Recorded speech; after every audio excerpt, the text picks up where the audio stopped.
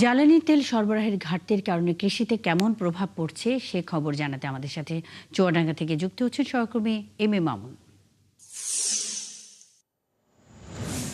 মামুন, জ্বালানি তেলের সংকটে কি অবস্থা চাষিদের এবং কৃষিতে এই সংকটের প্রভাব কতটুকু পড়বে বলে মনে করছে কৃষি অধিদপ্তর?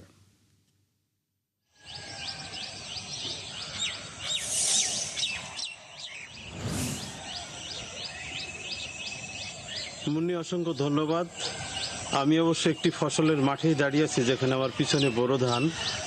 চুয়াডাঙ্গা কৃষি প্রধান একটি জেলা। এই জেলার কৃষকরা সাধারণত বোরো ধানের পাশাপাশি এবার আমাদের এখানে টোটালি যে ফসল উৎপাদন করার জন্য আবাদ করেছে তা টোটালি আপনার ৮৩,৪৭৫ হেক্টর। এর মধ্যে ভুট্টা আছে ৪৭,৭৫৫ হেক্টর এবং ৩৫,২২০ হেক্টর বোরো ধান। এইসব ফসলে সেচ সবচেয়ে বেশি লাগে। ১ হেক্টর প্রতি প্রায় ২০০ থেকে ২৫০ লিটার তেল লাগে পুরো আবাদ তুলতে। কৃষিক্ষেত্রে এই যে ডিজেলের যে প্রয়োজন, এই প্রয়োজন এমনই যে এটা যদি না হয় তাহলে কৃষিতে চরম ক্ষতি হবে এবং কৃষকরা চরম ক্ষতিগ্রস্ত হবে। তো সবচেয়ে যে আশার বিষয় যে চুয়াডাঙ্গাতে ইলেকট্রিক যে পাম্পগুলো আছে সেই পাম্প এলাকায় নির্বিচ্ছিন্ন বিদ্যুতের সুবিধা এখনও রয়েছে, সে কারণে এখনও সেই ধরনের প্রভাব পড়ে নাই। তবে যদি এইসব এলাকাতে বিদ্যুতের ঘাটতি দেখা দেয় তাহলে কিন্তু যে ডিজেলের যে মজুদ কম এবং ডিজেল প্রাপ্তি, একজন কৃষক প্রতিদিন ২ লিটারের বেশি ডিজেল পাচ্ছে না। কৃষকদের দাবি যে তারা রেশনিক কায়দায় যে ডিজেলটা পাচ্ছে, এই ধরনের কায়দায় ডিজেল দিলে তাদের ফসল ক্ষতি হওয়ার সম্ভাবনা আছে।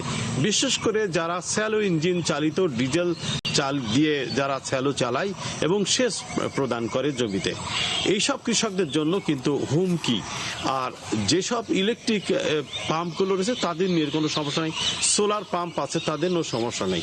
কিন্তু চুয়াডাঙ্গা জেলাতে এত পরিমাণে যে ফসল উৎপাদন হয়, সবজি আছে, অন্যান্য ফসল আছে, সব মিলিয়ে যে দেখা যাচ্ছে যে এখনো পর্যন্ত সেই বড় ধরনের ক্রাইসিসের মুখে পড়েনি। তারপরেও কৃষকরা শঙ্কিত এবং প্রত্যেকটা তেল পাম্পেই তারা প্রতিদিন লাইন দিয়ে এই ডিজেল সংগ্রহ করছে। এটা একটা আতঙ্কের বিষয় হচ্ছে যে বলা যায় না। অনেকেই চিন্তা করছে যে ডিজেল মজুত না করে রাখলে তার জমির ধান নষ্ট হয়ে যাবে। এই কারণে কৃষকরা শঙ্কিত।